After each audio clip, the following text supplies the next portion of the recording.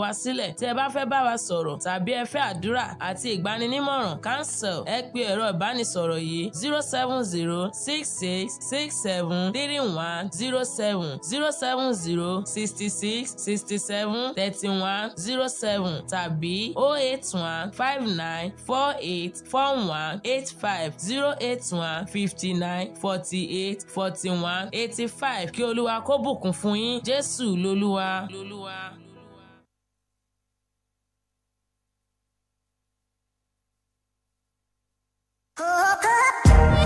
Tired of listening to the same old content? Tune in to Wells Radio 89.3 FM, the only radio other radio stations listen to.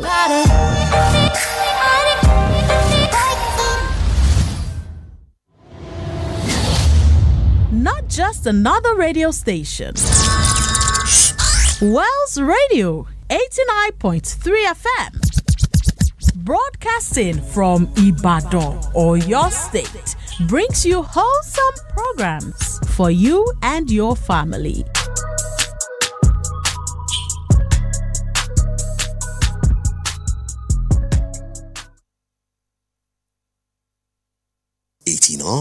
.3 FM, your preferred wholesome radio.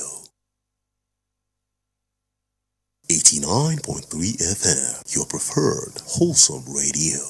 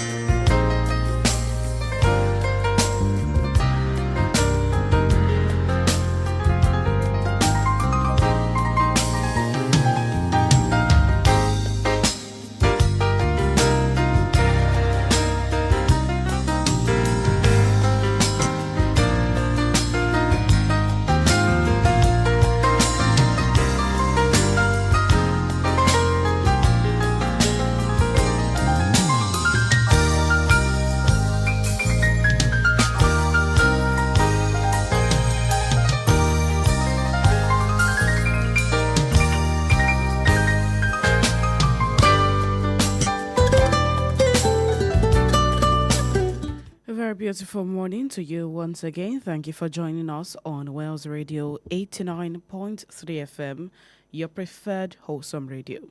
We're reaching you live from Wells Broadcasting House along Alafin Avenue, Oluyole Estate, Ibadan. Welcome to Perspectives Unlimited, Perspectives Unlimited is that platform where we go beyond the news to help you make sense of some of the stories across our various national dailies. This morning, once again, alongside with our analysts in the studio, we'll be delving into our dailies and checking out various stories that need to be addressed this morning. Once again, welcome. My name is Toluwaleke Alli. You can join us live on Facebook this morning at Wells Radio 893 FM fan page.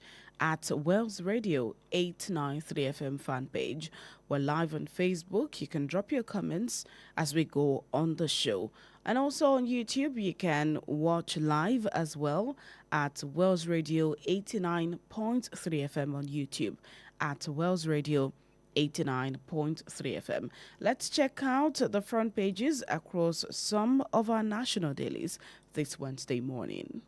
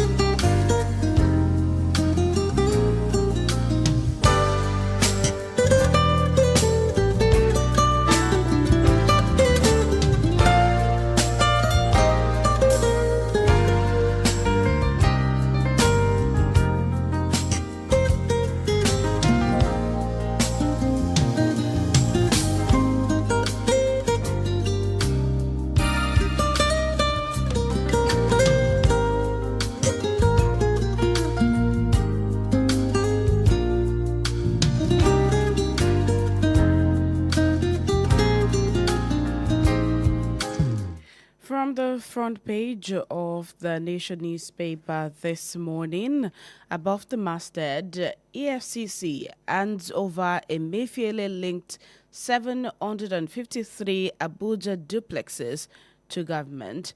And that story is on page 6 of the Nation newspaper.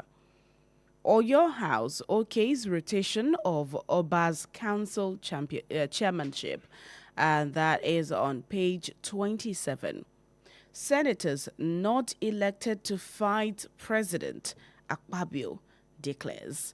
And the story can be found on page 5 of the Nation newspaper this morning. What retention of lending rate at 27.50% means for economy by experts. The story begins on the front page and continues on page 5 of the Nation newspaper. Gowon proposes ECOWAS name change to bring back Mali, others. And that story can be found on page 29 of the Nation newspaper. Umahi, all Southeast governors backing Tinubu for second term. And it has two riders, plan for Southeast Summit on endorsement on course.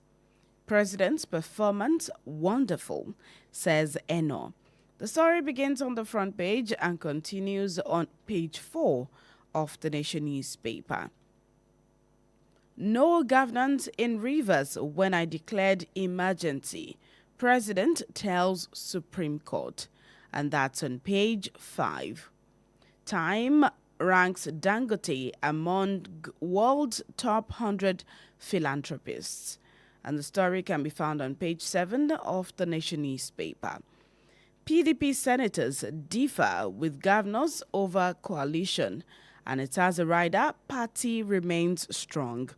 The story begins on the front page and continues on page 4 of the Nation newspaper. Reps panel, Ohaneze seek independence probe of UTME glitches.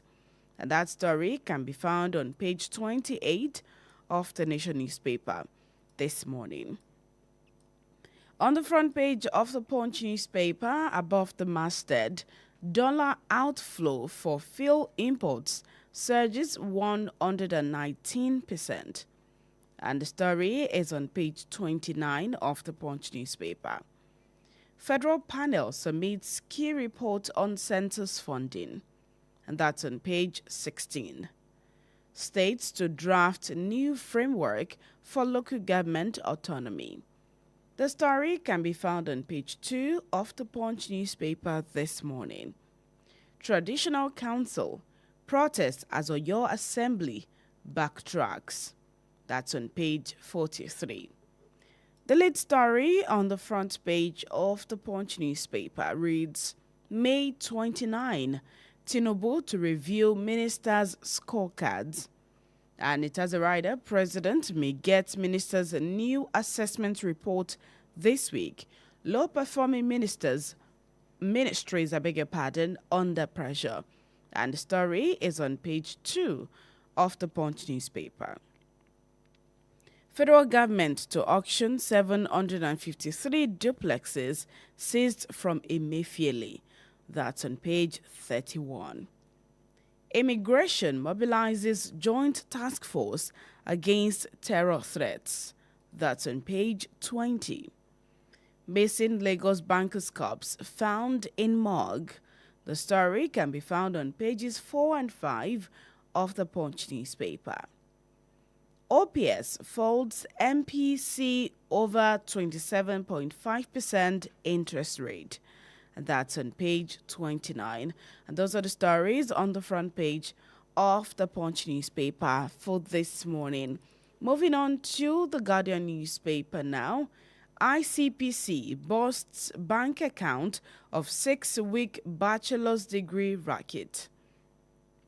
That's on page 3. Budget uncovers 11,122 projects worth 6.93 trillion naira inserted into 2025 budget. That's on page 5. We are sacrificing quality for quantity with universities' proliferation, says Gbajabiamila, and that's on page 7 of the Guardian newspaper. MPC seeks fiscal support on Naira stability, retains interest rate at 27.5%. And that's on page 6 of the Guardian newspaper. Lagos State Government clarifies water sachets, PET bottles not included in single-use plastics ban.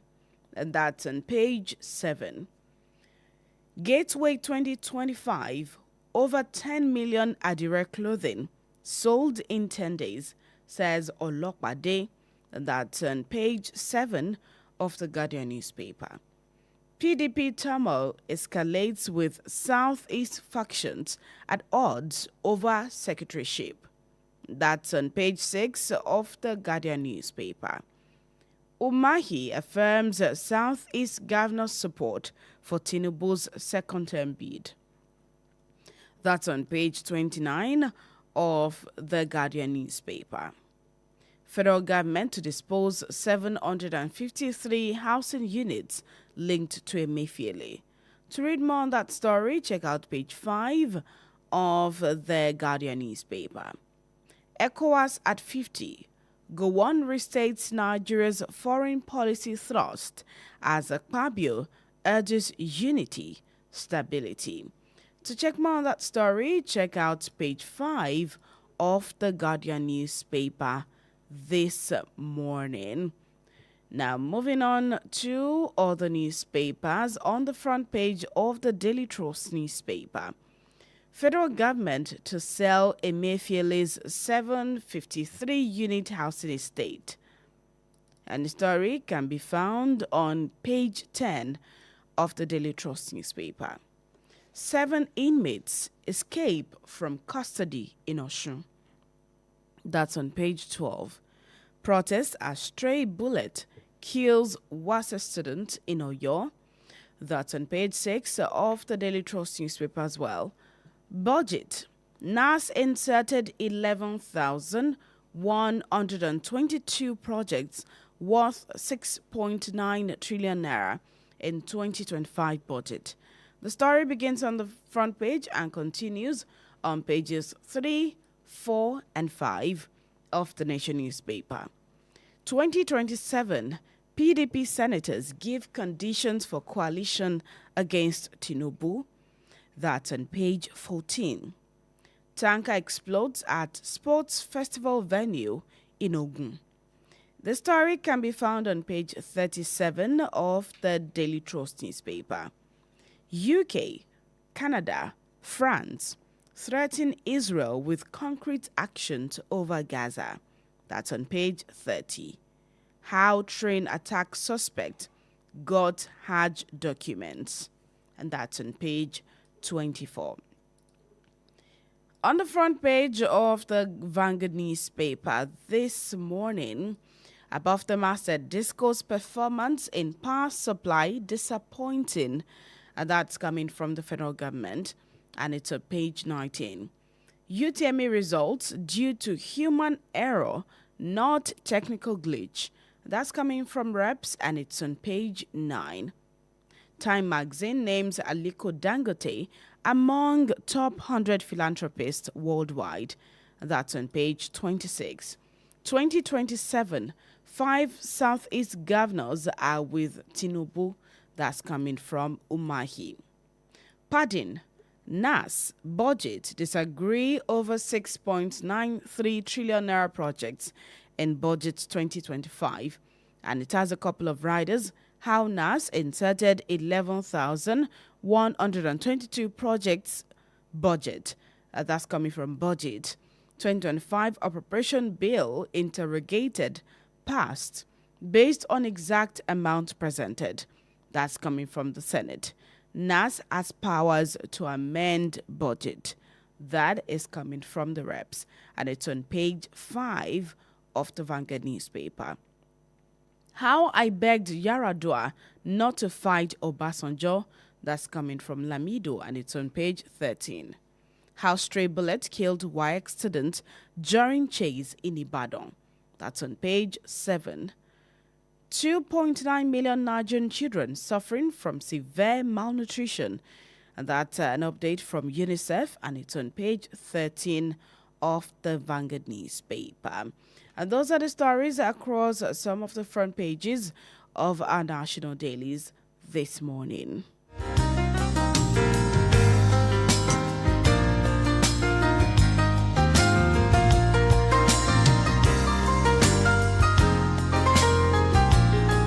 Joining me on the conversation this morning is our in-house analyst, Chukwemeka Munachi. So good morning, Chukwemeka. Good morning, Tolu. All right, let's begin with the lead story on the front page of the Punch newspaper. May 29, Tinubu to review ministers' scorecards. With President Bola Tinubu's second anniversary in office barely a week away, the Central Results Delivery and Coordination Unit is racing to present him with a fresh set of ministerial scorecards, multiple presidency sources told The Punch on Tuesday. The scorecards will focus on the performance of the various ministries for the first quarter of 2025 as Tinubu's administration enters its midterm on May 29. The confidential assessment, which covers the first quarter of 2025, is expected any time from now, according to one aide, adding that underperforming ministries are already feeling the heat of renewed scrutiny. The CDCU, an agency under the presidency responsible for assessing ministers' performance quarterly, is currently verifying performance reports of the various government ministries and assigning them scores, the official added. That the sources familiar with the exercise said each ministry uploaded evidence of projects and policy milestones to secure CDCU portal last month. It's almost the second year of the present administration, and here is another review of the ministers' scorecards. Is this going to be a pointer to the fact that some ministers who have not been, just as previously done, would be taken away, or this is just going to be a case of the usual, let's just do something for Nigerians to see? Well, it is good to always have an assessment of those you have appointed into offices, not just political offices, in every office. And if the idea is to check what they have done, whether they have impacted positively on the people, that's a good one. But if it is just for it to be a ritual of we are doing something, then it has no meaning, because a lot of ministries are really not living up to expectation. Let's look at defense. Nigeria has defense has gulped almost 6.something trillion, and yet the more we spend on security, the less secured we are. And the more they make demands on the federal government for more money, the more money given to them, the more lives we are losing on daily basis. The more military barrack bases are being overrun by insurgents. The more bloodshed, the more bloodbath we are seeing across the country. Now let's look at power. You raise the stake, you increase the tariff, and you are distributing darkness. A lot of people are paying through their noses, and yet they don't have the services. Now let's look at economy. Is the economy and Nigerians, because the true test, the yardstick to actually measure any progress on the economy is to look at the people. Are they living well? Are they where they are supposed to be economically? That is where you have to check the economy. Look at education. Look at what has just happened in the case of JAMB. Look at the NEL fund. Look at the money federal government released. Look at the crisis that accompanied that disbursement. Look at what the VCs did. Look at every story around that student loan. Now, in education as well, I'm happy that Basabi Amila said that we should rely more on quality instead of quantity. We give out licenses for private universities as if we are sharing candy, and yet the existing ones are not well funded and equipped.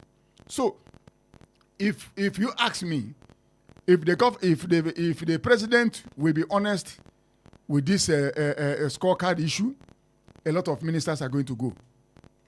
A lot of them are going to go, because if Nigerians are not feeling the impact, these ministries that I've just mentioned, apart from others, what impact are they making? What have they done? Or is this just for them to throw them to the national light so that they will go back to their states and begin to contest for one thing or the other? Because that is some of the ideas they have. Bring somebody from a state, give him one portfolio you know he cannot perform. Midway you drop him, already he's an ex-minister. He will come to the state and begin to make all the noise. And people begin to say, oh, he will bring his wealth of experience as a minister. Which wealth of experience that has he got? Nothing. So Nigerians are looking forward to seeing proper screening of these ministers, and also proper, let me not say proper, because we are yet to get something proper. But let's just hope that some of these ministries will have a change of guard. All right, you can join the conversation this morning by calling the phone lines 0916-893-1000, 0916-893-1000, or 0916-893-2000, 0916-893-2000. You can also call 0915-333-4893, 0915-333-4893. Drop your comment on our Facebook page at Wells Radio 893 FM fan page, at Wells Radio 893 FM fan page. Drop your comments right there, and we'll be sure to take your comments this morning. Not to forget that we are live on YouTube at Wells Radio 89.3 FM, at Wells Radio 89.3 FM. Now let's move on to the Vanguard newspaper. Padding, NAS, budget, disagree over 6.93 trillion naira project in budget 2025. How NAS inserted 11,122 projects budget. That's coming from budget. 2025 appropriation bill interrogated, passed based on exact amount presented. And that's coming from the Senate. And from the reps' angle, they say NAS has power to amend budget. The National Assembly and its civic organization budget yesterday disagreed over insertion of 11,122 projects worth 6.9 trillion naira into the 2025 budget. Budget had alleged that the lawmakers padded the appropriation bill with projects it described as not in alignment with the medium-term National Development Plan 2021 to 2025 and other national priorities. But both arms of the National Assembly, the Senate and the House of Representatives reacted swiftly yesterday, dismissing allegations that they padded the budget. They also reaffirmed their powers to amend the budget as enshrined by the 1999 Constitution. However, budget, which promotes and monitors public finance, said in a statement yesterday that by inserting the projects which the executive did not envisage, legislators have taken what began as isolated irregularities over the year to a deeply entrenched culture of exploitation and abuse, with the budget process now turned into a playground for self-serving political interests led by top-ranking members of the national legislature. And budget said 238 projects valued at 5 billion naira each, with a cumulative value of 2.29 trillion naira, were inserted with little or no justification. Similarly, 984 projects worth 1.71 trillion naira and 1,119 projects within the range of 500 million naira to 1 billion naira, totaling 641.38 billion naira, were indiscriminately inserted, raising questions about their relevance and alignment with national priorities.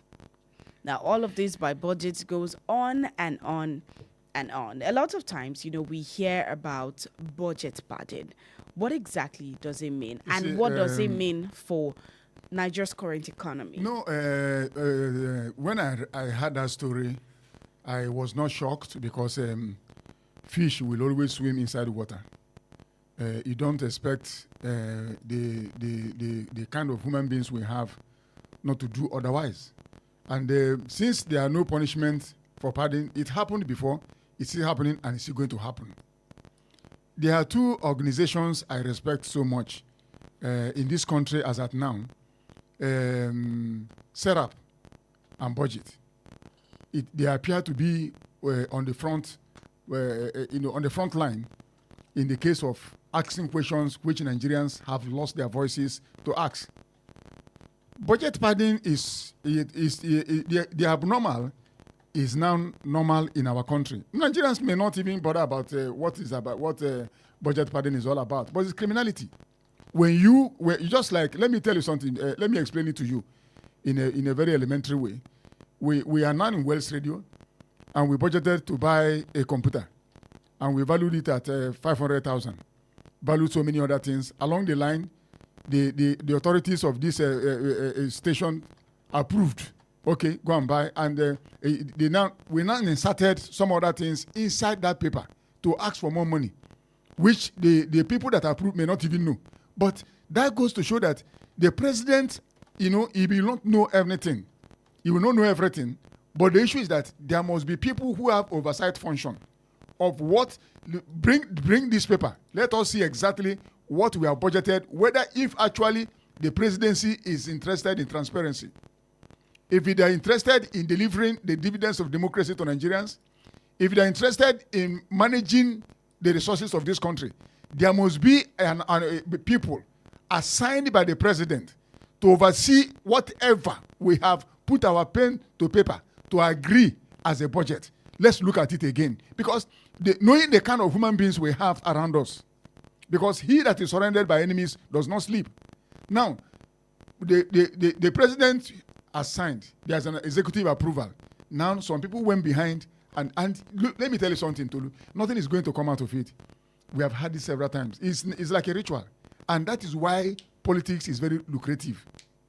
Very highly lucrative. Highly. Because when you get in there, you are free to do whatever you like, because we run a nation with we have leaders that are not accountable to anybody.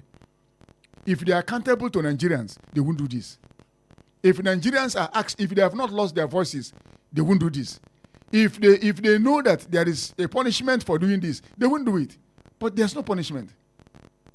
Nobody will come out and say anything. The highest the highest they can go is what budget is doing, coming to tell the world. But at the end of the day, what is going to happen? Nothing will happen, because we have not been able to have a country where we can say there is the red line you cannot cross. That's why our politics attracts all manners of shady human beings, shady characters. They will come and do whatever they want to do, because they know that at the end of the day, there is no way, there's no parameter to check their excesses. So this one, we are just hearing it as information. Nothing is going to happen. At the end of the day, it will be explained the way. At the end of the day, we have the usual thing that they will come up with an excuse. We have the right to do whatever we want to do with the budget, because we are serving. Who are they serving? If actually they are serving the people, are they not going to come clean when it comes to the issue of money? So Tolu, that's where we find ourselves. And it didn't start today. It didn't start with this administration. Budget padding has been on for a very long time. And that is why a lot of people are attracted to politics in Nigeria, because it's a money-making business. It's a place where you go, you are met. You are not accountable for anything. You can do anything and go scot-free. Have you forgotten about there are so many things we are talking about. Once you enter into politics in Nigeria, you are almost like a god. Nobody will ask you a question. No institution to ask you to hold you accountable for any action. No. You are free to roam wild with people's money, because there's no accountability. But my happiness is that there's always a judge above all judges. At the end of the day, you give account of your life. Whether you like it or not, whether you're a minister, president, or anything, you can't escape this one. It is not something, because all of us will appear before that judge one day, and you give account. Because being in politics is like being in ministry. You told the people that you are going to serve them, and you went there, you started serving yourself. You started doing things the way you like. And some people say Nigerian factor. What is Nigerian factor? This is Nigeria. I hate to hear that statement.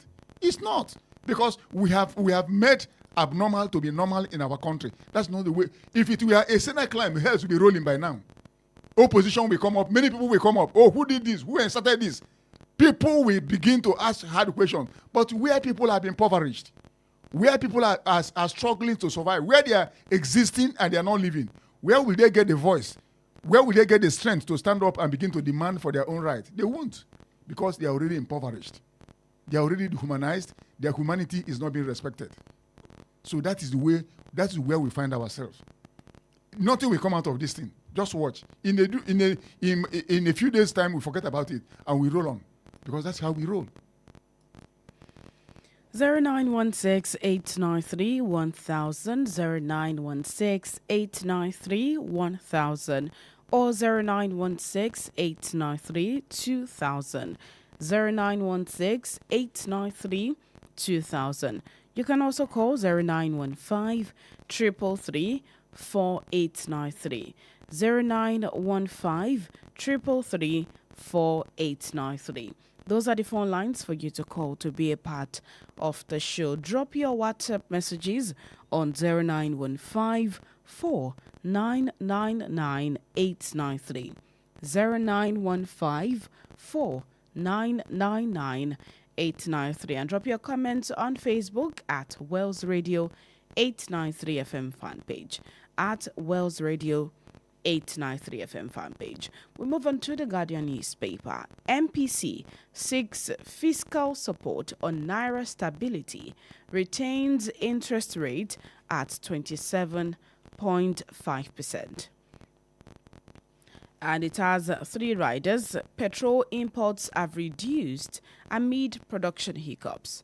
Decision necessary to prevent capital outflows, forex pressure. Naira firms up to 1,598 Naira 72 kobo per dollar. New fiscal policies to boost local production, reduce foreign currency demand pressures, and lessen the pass-through effect on prices received attention yesterday as the Monetary Policy Committee (MPC) of the Central Bank of Nigeria, at its 300th meeting, held the policy rate at 27.5%. The decision was informed by the need to firmly anchor the inflation rate, which slowed to a near 2-year low last month, and prevent possible capital outflow, especially with the current uncertainty and de-risking. The Monetary Authority is cashing in on fiscal support to increase foreign exchange inflow to stabilize the Naira, which firmed up yesterday after weeks of lackluster performance. But with the international oil market yet to recover from tariff jitters, there's little the fiscal authority could do to increase forex earnings. Now, again, at the meeting, the interest rate was left at 27.5%. What does this mean? And the organized private sector, they are complaining. You see, it means more hardship. And let me tell you something, Tolu. You know, you mentioned something now about inflation. Yes. What we are experiencing in our country today is cost push inflation, not demand push inflation. Cost push. That means the cost of making services available are astronomical. And what happens? Those people, the people that are the receiving end, are the consumers. So what we have is a cost push inflation, and it's not going to get. Let's pick this person's call. Please switch off your radio set. Hello, good morning. Hello, good morning. Hello. Hello. Good morning. Please switch off your radio set. I've switched it off. Good morning. Good morning. This is Aderonke from Muslim. Welcome to the show, Aderonke. Thank you. On the issue of budget padding, the budget padding reportedly uncovered by the budget regarding the National Assembly may not be far from the truth. This is because the way these legislators are increasingly acting like another arm of the executive clearly suggests that something shady is happening behind the scene. So this is Nigeria, where actions taken by our leaders are often not in the interest of the masses, if not for their own selfish interest. That's my own take. All right. Thank you so much for your take this morning. So we are not going to get, it's not going to get better. And another thing again is that government spending. You know, when government spends excessively, when the spending is not in tandem with what is coming in, what are you going to have? They tinker with a lot of things. And that's why we are where we are today in Nigeria. You know, do you know, this budget we are even talking of, they even started spending it for a very long time. Because what we are dealing with is a fundamental problem, which every day I begin to ask myself, what can we do as Nigerians to actually make this country a place where because we have the money. Nigeria is not a poor country. When you go to poor countries, you will know. Nigeria is not anywhere poor. We have what it takes to make this country great. But look at how we look at our financial irresponsibilities. Look at how we spend excessively on things that will not add value to even the citizens.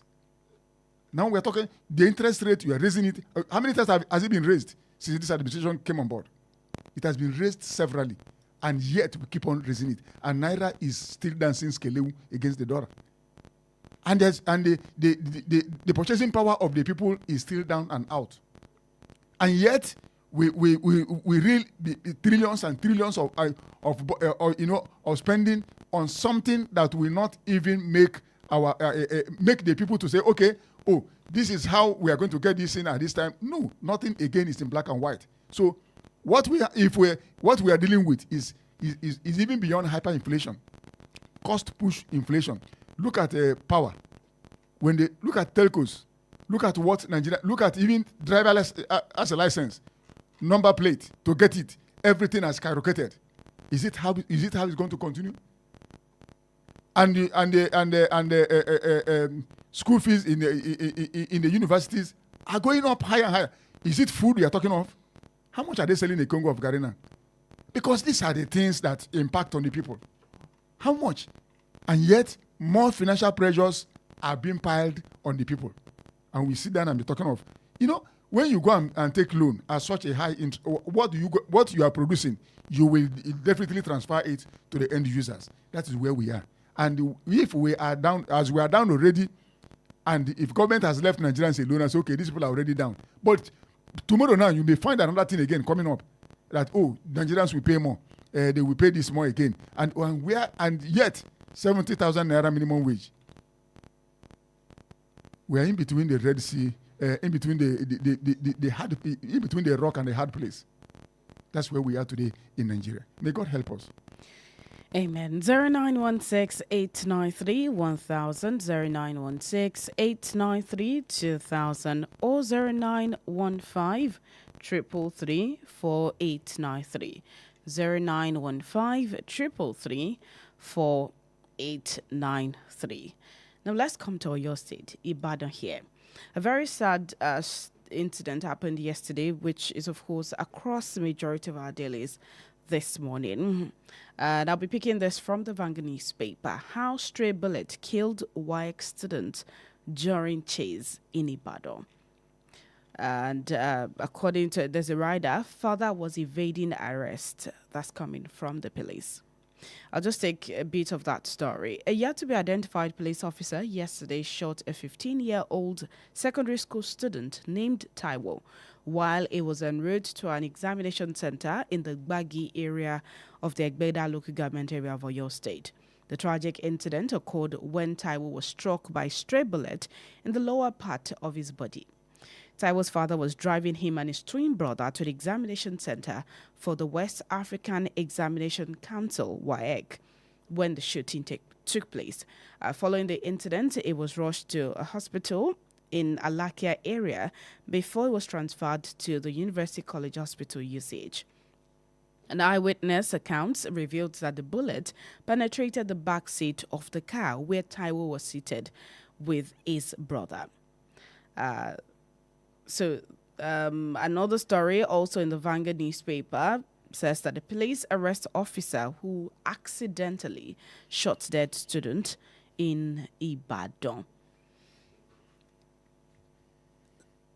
This incident, of course, has brought about, widespread condemnation from every axis. First, it was the first account of the story was that the police were chasing Yahoo boys. And then later on, the police released footage showing that it was actually the boy's father who was trying to evade arrest from Oitma officials before, the police then joined in the chase and then shot at the vehicle before it hits this boy. I would have been happy if they were chasing those who are doing budget padding. Yes, I would have been so happy. If they are chasing insurgents, I would have been happy if they are chasing armed herdsmen. I would have been happy if they are chasing armed robbers. You are chasing a man. You saw children inside the car. The man, you are chasing them and you release the bullet. Life is very cheap in Nigeria. Very, extremely cheap. Have you forgotten when Vice President came up and said that people were coming into Nigeria for kidney transplant because the hospitals are performing very well. We have upgraded our hospitals. Are they coming to government? They are coming to harvest kidney because Nigerians are selling their kidney because life here is very cheap. And there are no consequences. This type of policeman now, can you, even if you are chasing a Yahoo boys, does that give you the authority to release a bullet? Even if the man is driving against the traffic, which is wrong, must you release a bullet? You saw children inside the vehicle and you release a bullet. Many people are already frustrated. That's why I keep telling people, many people are tensed up. Anything can happen at any time in Nigeria. People are not normal. Look at that policeman. Look at what he did. Look at the life. That boy now that died. When I read that thing, I wept. He's not my son. I don't know him. A young, promising young man. Just such a young man. Who knows what that young man will be in future? Who knows whether he's even the one that will bring us out of this problem we are in this country? And yet Nigeria has disappointed him. It is Nigeria that killed him. Because it is Nigeria. The man represents, the policeman represents Nigeria. How was he trained? Who trained him? You see, Tolu, I don't like reading this. Look at that young boy going to write examination. In order to further, look at the parents, look at the agony, look at everything now that is going on in that family. Simply because who knows, even the policeman himself was drunk. Who knows what he has taken in before even coming to work? And who knows whether he has been paid? Who knows who is owing and who is owing him? And the guy is just looking for anything to shoot at. You saw a man carrying his children, and you saw children inside that car, and you released a bullet, only to come back and say you are chasing, even if they are Yahoo boys. Look, Tolu, it is time Nigeria should actually, I don't, that's why I keep saying that the only thing that will save this country is for us to sit down as a people and find out what kind. I had a friend who schooled when Russia was Soviet Union. He said if you kill a Soviet citizen in those days, whether by accident or anything, you go to jail for 7 years. That goes to show you the kind of attachment they have to human life. Here, life is cheap. It's Bokulowe. Anybody can buy it. Anybody can snuff it out and nothing happens. Policeman will meet you and say, I will kill you and nothing will happen. Let's pick this call. Hello, good morning. Hello, good morning. Hello, good morning. This is Miriam from Odeja. Welcome to the show, Mariam. Thank you. As regards the incident that happened yesterday, leading to the death of that innocent child, sincerely so disheartening. And it's a pity that this is not even the first time we hear of such from these are our policemen. My question is it that they are not well trained, or what could really be the cause of the accident? I think we need justice for that poor child. And please, the residents, we should try and do our own quotas. We should contribute our own quotas. Had it been the father had obeyed the traffic lights and whatever, I think we will not be where we are today. So everybody should just look at where we are doing the wrong thing and try and correct our wrongs. That's my take. Good morning. All right, thank you so much for that. Hello. Hello, good morning. Hello, good morning. Yes, ma. This is Ruth calling from Alaka. Welcome to the show, Ruth. Thank you, ma. Yeah, on the killing of the YX student in Ibadan yesterday is really a sad one. And I will keep imploring residents, we should be more careful in obeying the traffic laws, maybe to avoid any of these tragic incidents happening again. And our Nigeria police should please be more professional when handling any civil case of such, because we can't continue to do the same thing and expect different results.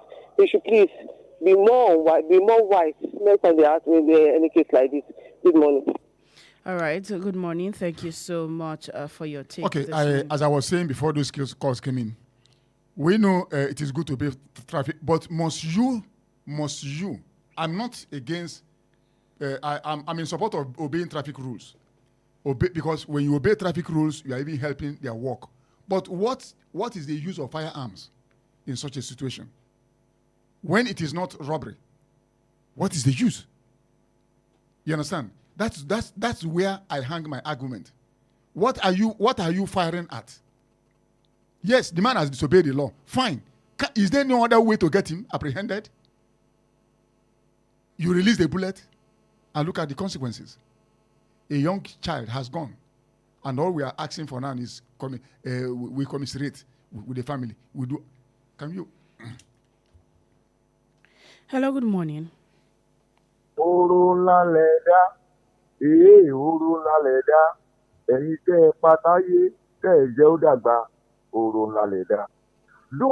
tell people that killed that boy, that promising boy. They have committed a crime against humanity. That was the reason why I sang that song. Why on earth would a police officer be shooting, release a bullet, just because somebody has driven against the traffic law? It is not done anywhere. And those ordinary people as well, I think they need to be trained. And if not, I think they should be scrapped. Because the way and manner they do their job at times it's somehow it's disheartening. They act as if, as if they lord over everything.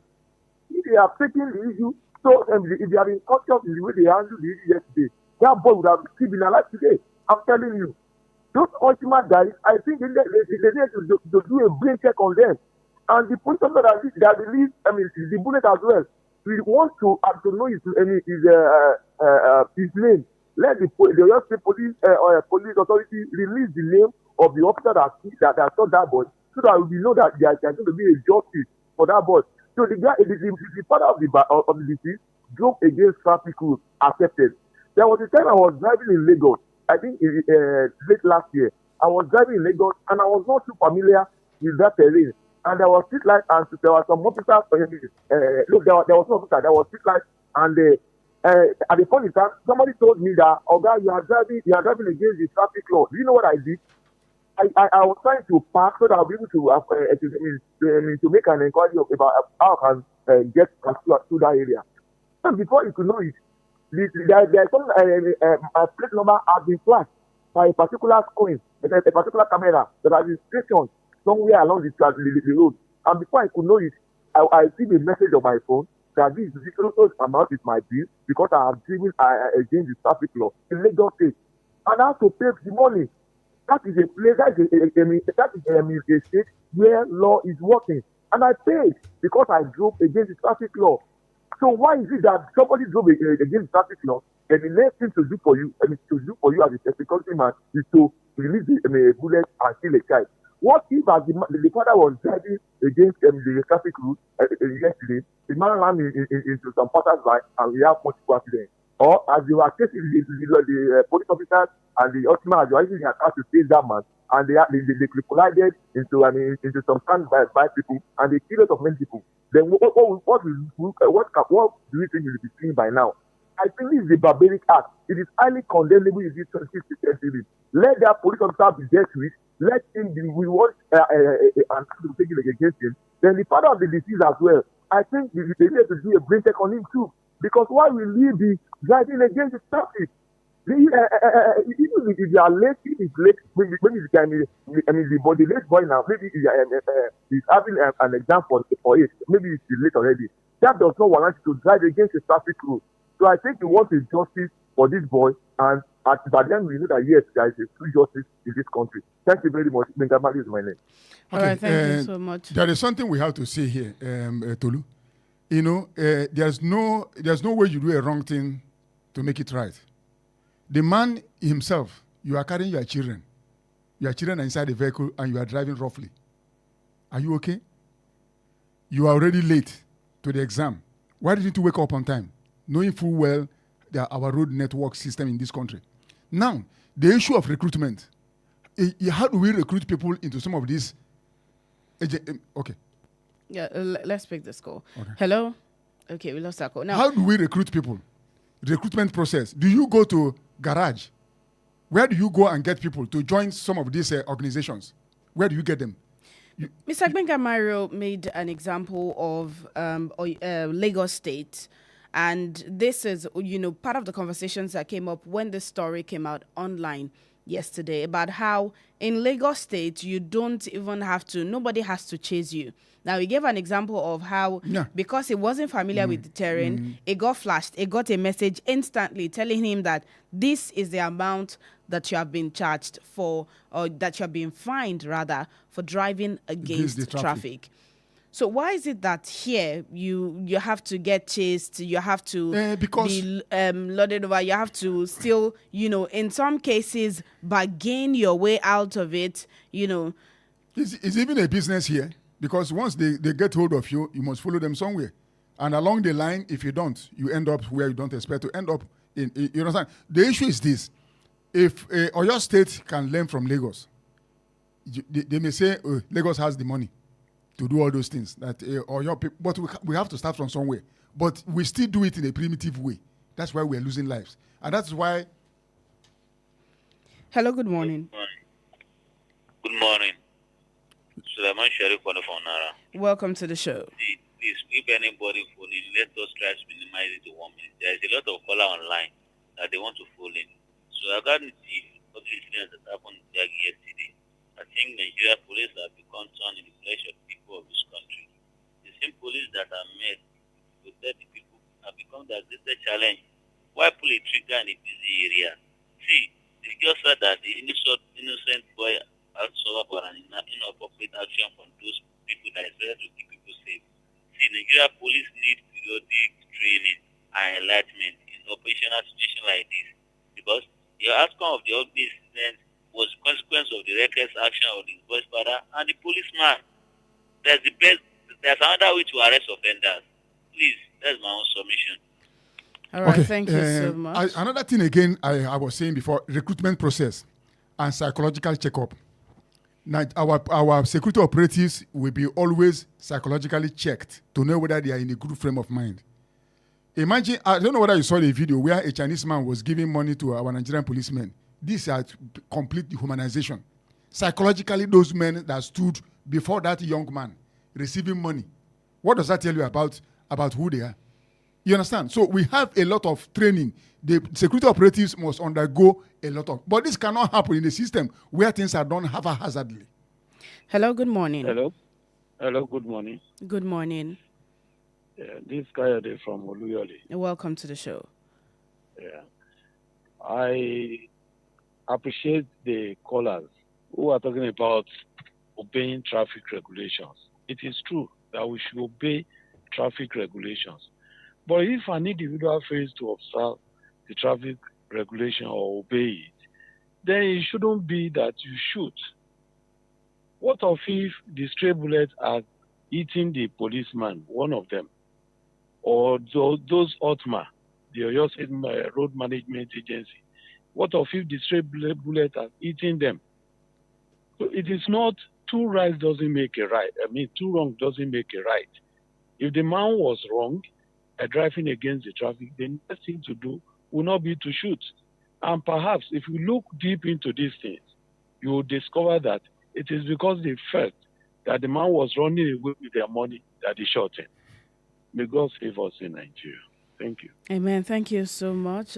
So we have all, the recruitment process, the caliber of human beings we are bringing in.